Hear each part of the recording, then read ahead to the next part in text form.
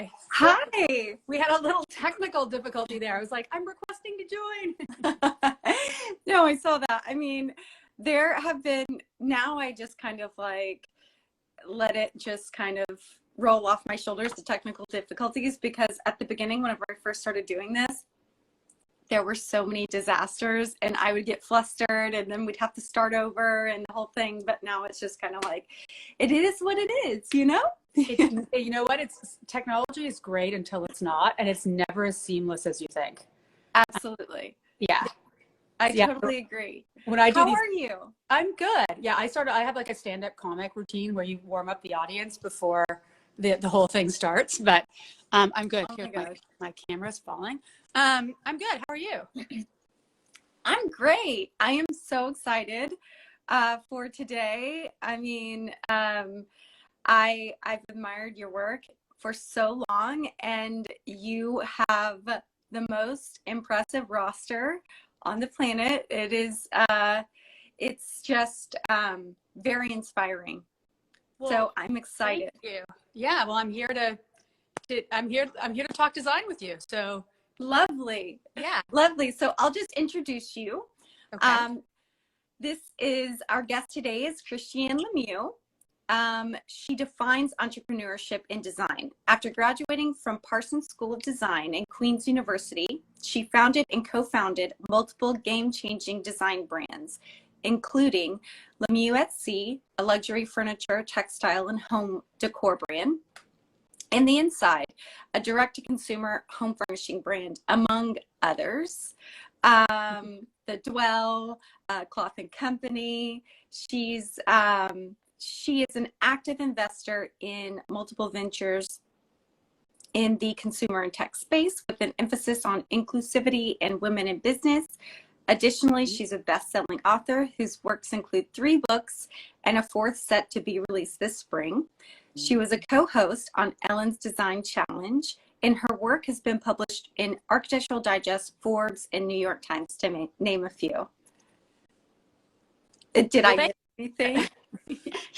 Yes, you make me sound much more impressive than I am, but thank you. No, you are so impressive. So impressive. Just own it, because it's like I said, it's so inspiring, and I just feel that whenever you meet people who have done what you want to do and what you dream of, you know, and a woman at that, it's just it makes my day. So what do you want to do, and what do you dream of, and how can I be helpful? I love this. Oh my goodness. You know, just expanding. Not just an interior designer. I think it's so important to be, you know, we are humans who have multiple skill sets and facets to ourselves, and for some reason society likes to kind of like place you in a box, and if you are this, then you cannot be this, and you've just like smashed that box and broken through, which is amazing. And so what I'd like to do is expand my brand, my personal brand, outside of just interior design, to include things like product design, and we're working on the like the Airbnb space, short-term rental space, and a couple of other things like courses and all of that good stuff. But so you're doing it. That's exactly. Yes. It's just, you know, I think I would say 2 things. Like, I'm endlessly curious, so I'm always trying to understand what's going on. And then when opportunities come up, I mean, I'm pretty thoughtful about them now, but the right one, you'll know. And it sounds to me like you're already branching outside of just interior design, and you're doing exactly what, you know, what you're meant to do and you're setting out to do, which I think is amazing. I think the great thing about the creative space is that when people are creative, you can expand it into so many different directions. And so that's why I'm always open. It's like, hotel, sure. Book, why not? I mean, it's just one of these things where if you're up for it, you can do it. You can. You absolutely can. So will you tell us a little bit about your background and how you got started, and have you always been interested in design, all of that good stuff? I would say, yes, I've always been interested in design. Like I painted and sketched even as a little child. It was my favorite thing to do. I will never forget, I was at a Montessori when I was 2 years old, and there was an art station, and you were supposed to go from station to, the art station to the block station to the, I don't know, other paper station. And I would just stand at the art station and never move. And I think it wasn't really a Montessori thing to do, but it was really what I loved. So it's always been a part of my life. I also have pretty intrepid parents who traveled all over the world with me, crazy places. So I got to experience a lot as a child. And I think all of that has become part of the, what I think about in terms of design and how I approach design. But, for me, it's like creativity, regardless of where it's from, is the thing that fuels me. Like, I get lost. I'm sure you do too. When you're doing something creative that you absolutely love, time stands still and you get into that kind of flow, which is a totally different space than sort of a real time. And I love to be there as much as possible. And I can get lost in that flow. And it just sustains me as a person.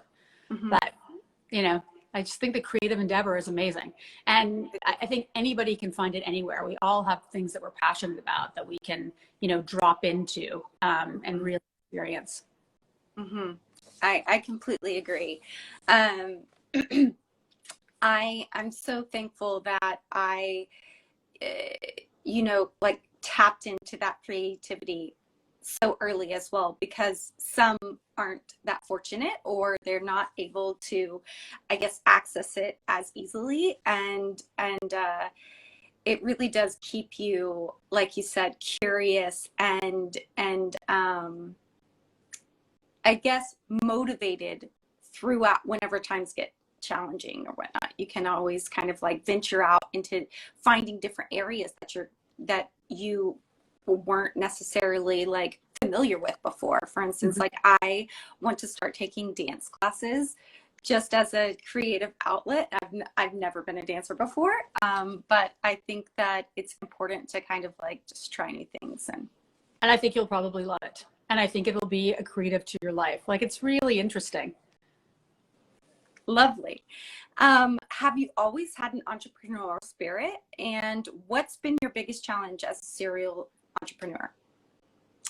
I have always had an entrepreneurial spirit. And I think that served me well, because I graduated from design school and started a business, which, Wow. I didn't have a business education. So I figured my way out throughout all of it. And the interesting thing is, I think that I've brought the sort of creative mindset even to business, and I think it's been helpful. So I've always had that. I've always had that drive. I think of life and business and work as sort of a puzzle, and trying to figure out how to fit the pieces together as well as possible, if that makes sense. Mm-hmm. So that's like one of my sort of passions, is trying to figure out how to make it work and make it work really well. Mm-hmm. Mm-hmm. Yes. And also like, to do everything at once, how to balance and juggle it all, because you seem to also, you have a family. With the first time that we chatted, you were out for the summer with your family, and you have all of these businesses and your interior design and everything that you're working on. How do you juggle it all? So this is something I think about constantly. I'm not doing a good job of juggling it all. I mean, I also think that we're our harshest critics, and we always, everybody's a perfectionist and wants to do their job better and parent better and live better. I'm trying to figure it out. Like, I would be remiss to say that I have it figured out in any way. It is the thing I think about now more than ever, because it is one thing to do a job. It is a whole other thing to love the job you're doing. And I think to really love the way you live your life, it requires balance. And so, we're in a society that pushes us to do as many things as possible and be out there as much as possible. And it throws us all off balance. And so what I'm trying to do is rewrite my, the way I live my life, rewrite my daily sort of existence, and make sure it's a lot more balanced. So I welcome anybody's recommendations around that. Do you have a big team that helps you? I don't have a big team. So I used to have a big team. So I've gone through all of these iterations, right? So when I started Dual Studio out of college, but at the height of our, right before we sold to Wayfield, we probably had 55 people. And that was managing a gigantic office. In the inside, we had, we had 15 people in the office and then a dispersed team. And this time around, I'm building my team really slowly because I think people have different expectations about what work-life balance is now. And, my team right now is largely remote just because I launched it in 2020 in the middle of the pandemic. So, and I'm very thoughtful about how people want to live their lives now and the flexibility they want. And so a lot of my employees are women and they're moms, and the flexibility they got to be with their kids, live their life, balance it during the pandemic is something that they want to carry forward, I think, forever. And I think we're seeing that across the board with everybody's team, right? Everybody wants and deserves, right, the flexibility and balance that they want. What I worry about is the kids that are coming out of college and have remote jobs and are not getting to experience, being in an office with a team, making those friendships. So I'm really cognizant of that. So the younger people that I'm hiring, I try and hire in New York so that they get that experience. They get that camaraderie. They learn from each other. They have friends and a support system, because coming out of this is a very weird thing for everybody. I completely agree. Yeah. Yeah, to remain social and to make those in-person personable connections, I feel like that's going to be, this generation coming up it's going to be a challenge. We're gonna have to work hard at it. I think you're right. I think that's right. So what are some ways that you disconnect? Some ways that I disconnect. I mean, I love to paint and draw and things like that. So I disconnect that way. I used to be an avid reader, but the phone has just, I see, it's funny because I see the behavioral patterns that my kids have. I see them start creeping into my life. So now I'm really trying to be thoughtful about putting away the phone, because the problem is we do so much of our work on it now that it's like the supercomputer we carry around in our pocket that ends up being a big part of our work day. And my kids are like, Mom, you tell us to put away the phone. Why do you have the phone? I'm like, I'm actually working. Like, I'm answering emails, I'm doing all these things, and I'm doing them on my phone because I'm trying to do 27 things at the same time. And I realized that you start to, it gets to be bigger and bigger and bigger habit. And then all of a sudden you're on this thing way more than you want it to be. So I'm trying to put it down and pick up books again. I need that. I need to do more of that. And honestly, I'm cognizant of it, that I need to put down my phone. But like you said, it is very difficult because not only are you working on it, you're also getting inspiration. You're also, like, it is a 24-hour thing. And then whenever you get the reminder on Sunday, how many hours you spent on, then you're horrified. It's like, you're horrified. I want to crawl in a hole. I'm like, this is terrible. It's embarrassing. How is it even possible? I know. You know what? You leave your phone on, like on something, and you put it aside. And I think it's actually measuring that too. I mean, I hope. Otherwise, it's, I'm with you. It's like, listen, I think as a society, as humans interacting with each other, this is become our biggest problem, right? We're trading virtual time for real time. Yes. And, think about the metaverse and all of the, the ways that will add to this. It's an interesting thing. I mean, so interesting. It's not going away. It's only, getting worse and better. I mean, it's a catch-22, but yeah, I think that we just need to be like aware to like put it down and disconnect completely from the phone. In order to kind of like keep those habits going. I also think as creatives, it's really part of our, part of our inspiration needs to be not on the phone, because everyone's consuming the same thing, right? And so you got to go to the library and look at old design books. You got to go to the museum and see things like texture and color in person. There's all these inputs that I think are so important to the design process, to the creative process, that aren't on the phone. Because the problem is that the phone is an echo chamber, right? So if we're all getting the same inspiration from the same place, it's just going to get narrower and narrower and narrower. So it's up to all of us as humans to put down the phone and go and find our balance elsewhere. Because if we don't, there's going to be 3 ideas left. I agree. I completely agree. agree. Most. Yeah, it is scary because it does start to look the same. Everything. And then you're kind of like, you're bored and you're looking for the next best thing. And my favorite way to do that is through travel, to just connect with locals and look at the materials that they've used for so long, and not in areas that are commercialized. Go to the remote areas where you see these materials and textures and textiles and things. It's so I don't know, it feeds my soul. And Yes. And I feel like that right there is the way to stay forward thinking and different from the masses. A big part. Whatever your inputs are that are outside of, the endless scroll, I think is really important. I like putting down the phone.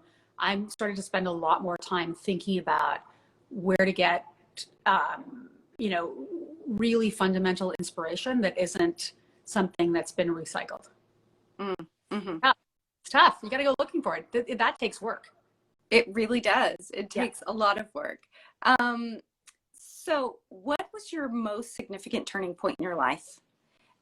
If you can name one or a couple, and is there anything that you would do differently thus far? Oh my gosh. There's sort of turning points in career and then turning points in life. So, in life, the most significant turning point was becoming a parent. And I think that if I could do it over again, I would have balanced that out a lot, because I was like an early stage entrepreneur, and I had 2 kids who were 21 months apart.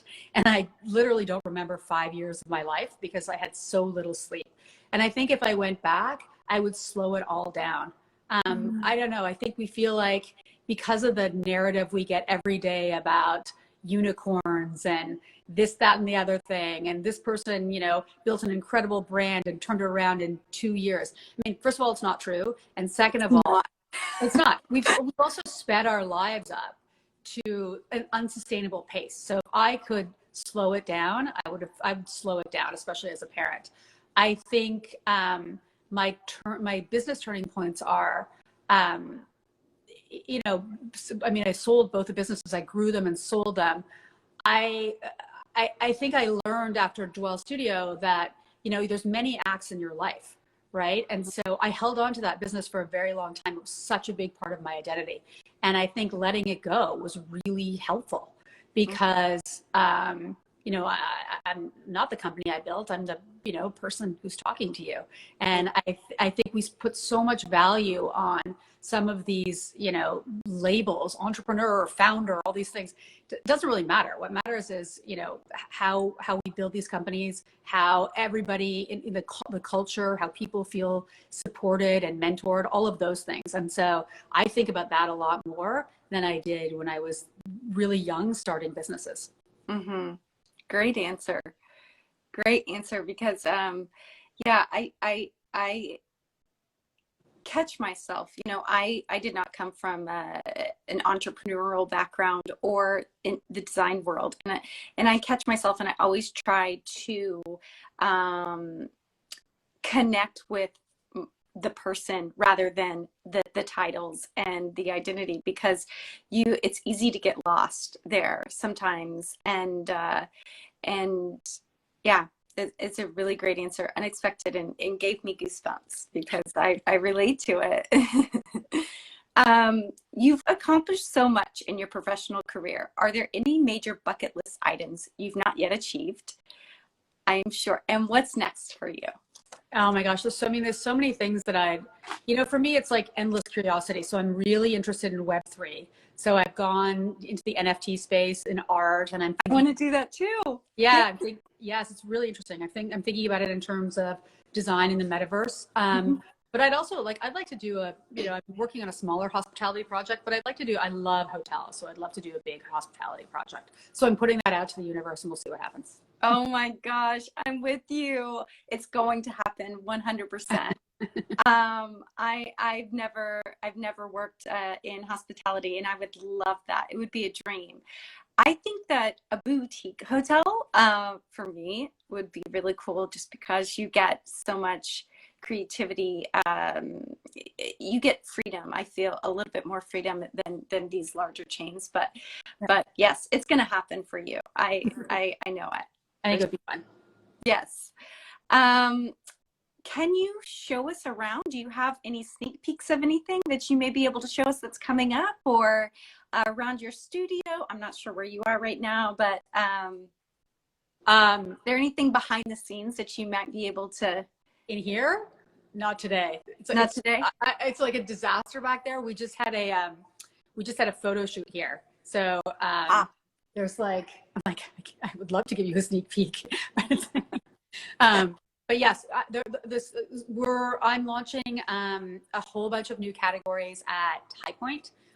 Lighting with visual comfort, new furniture. So there'll be sneak peeks coming soon. Oh, I can't wait. Yeah. I'm excited. I love LEMIEUX et CIE. It is, I've been a big supporter of the brand before it launched in the US. And I was curious about that. I read that it launched in 2010, your brand, in London.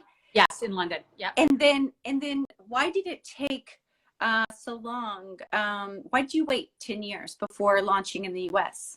Because it was its own entity, and so I was building up to a studio. I sold it to Wayfair. I went and joined Wayfair on their executive committee, and was working very hard there. And so I didn't really think about it. It was sort of doing its own thing.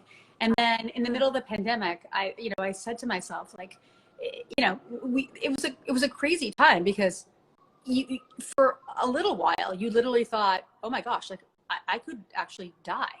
Right? I mean, it wasn't a theoretical thing, which is really interesting. So I thought to myself, really, if I'm not going to make it, what do I want to be doing? And so that's when I realized, I just love creating brands, and so wanted to bring it back and really build a brand. Building a brand takes a long time, and so it's one of these things where it will be something that I work on for the next 10, 15 years. Oh, I love that. And also, I also read that you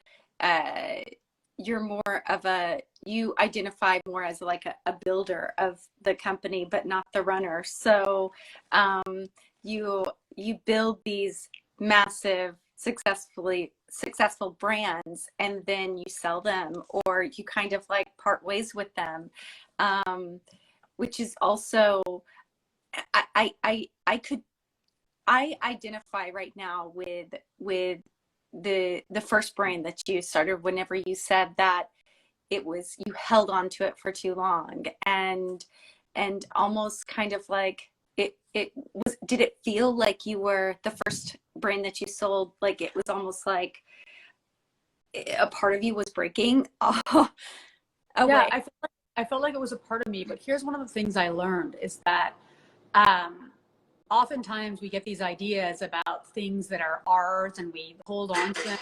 What I wish is that, I brought people in earlier to, bring in ideas, to bring in all kinds of just voices at the table, because it's really helpful. Mm-hmm. And, when you get a team that can, that bounces ideas off each other really thoughtfully, you can do things, 3 heads is better than 1 always. So I think about that all the time now.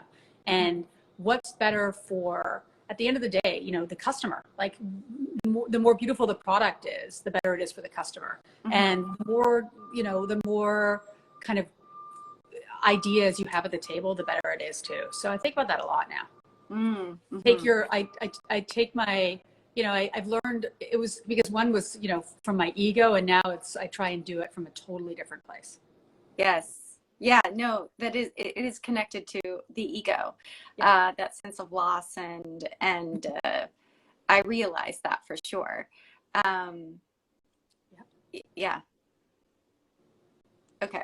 But thank you for that. And I totally agree with you about the collaboration with different artists. I think the more that you can collab, I have never been, I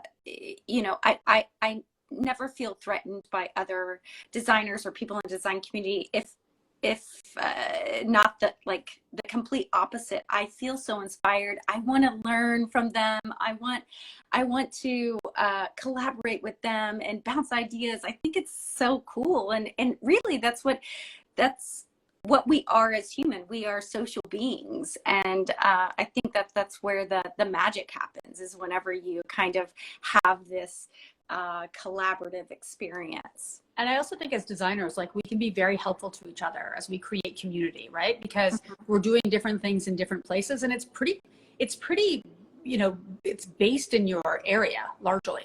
So I think it's interesting, to be able to talk to each other and discuss different materials and, all kinds of things that are accretive to everybody's business. Mm-hmm. Mm-hmm.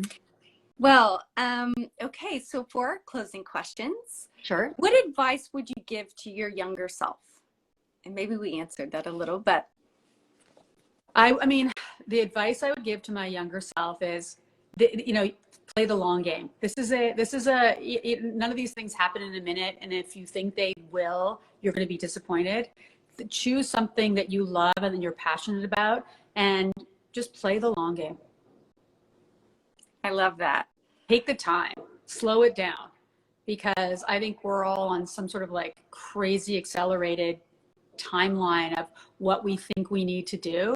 And the truth is, the most important thing you can be as a human person is happy, right? And your happiness comes from a whole bunch of different inputs, including the job you do every day. But slow down, enjoy it. Look for the magic. Great advice. Name your top 3 favorite places for sourcing home decor or inspiration. So Paris. I love the flea market in Paris. I think that a lot of the long-term trends start there. I mean, they were the first people to put boucle on everything, and now the entire world is upholstered in boucle. So I always go to Paris. I look there. The other place I think is really important is I peruse all of the auction houses. So look at what Sotheby's, Christie's, Phillips, Rago, all of these guys, right? All of these guys are doing, because the other thing is, things that are emerging at auctions will inform where design is going. So I think it's really important. And so that's not a place. It is. It's auction houses. And then lastly, I also say, wherever you are, whether it's Paris, London. I mean, I go to India for a lot of inspiration. I like Jaipur, I think, is phenomenal, from textiles to finishes. But I think I always take the time to go to the museum and just see what's being shown, how it's being shown, and why. And those things really inform me with respect to design, trend, ideas. I mean, all of those things. Love that. I try to go to museums, but I should probably try to visit a few more whenever I travel. It's really good. And if you could invite 3 people to dinner, past or present, who would it be and why? If I could invite, well, first of all, if I could invite one person, it would probably be Le Corbusier. I'm writing this book on important design right now with respect to furniture, and it is amazing how much he is just everywhere in the last century. So from the 20s all the way through, I mean, he put his stamp on architecture all over the planet, and he just seemed like a really interesting person. Very fun. I would love it. So in his circle, you know, it was Eileen Gray and Charlotte Perriand. I'd definitely have them there. And probably contemporary, I'd love to sit down and talk to Axel Vervoort, because the way he mixes art and antiques into his interiors is just flawless. Like there's nobody, there's just, he's just so erudite. So I'd love to learn from him. And makes it look so current and forward thinking. It's like insanity. I agree with you. He's pretty impressive. Very. Thank you so much for today. Thank you. I am so grateful for your time and this chat, and I'm so excited for all of the new things that you have coming up, your collections, and hopefully one day we'll be able to meet in person. I hope so. I would love that. Where can people find out more about you and your work and see all of the sneak peeks for everything that you have coming up? Probably at LEMIEUX ET CIE, or so that's the website, or my Instagram at Christiane Lemieux. Lovely. Yeah. Okay. I hope you have a beautiful week, a great day. Thank you to everyone that joined. This was so fun. And thanks, Amanda. And we'll chat soon. Okay. Have a great day. Thank you. Bye-bye.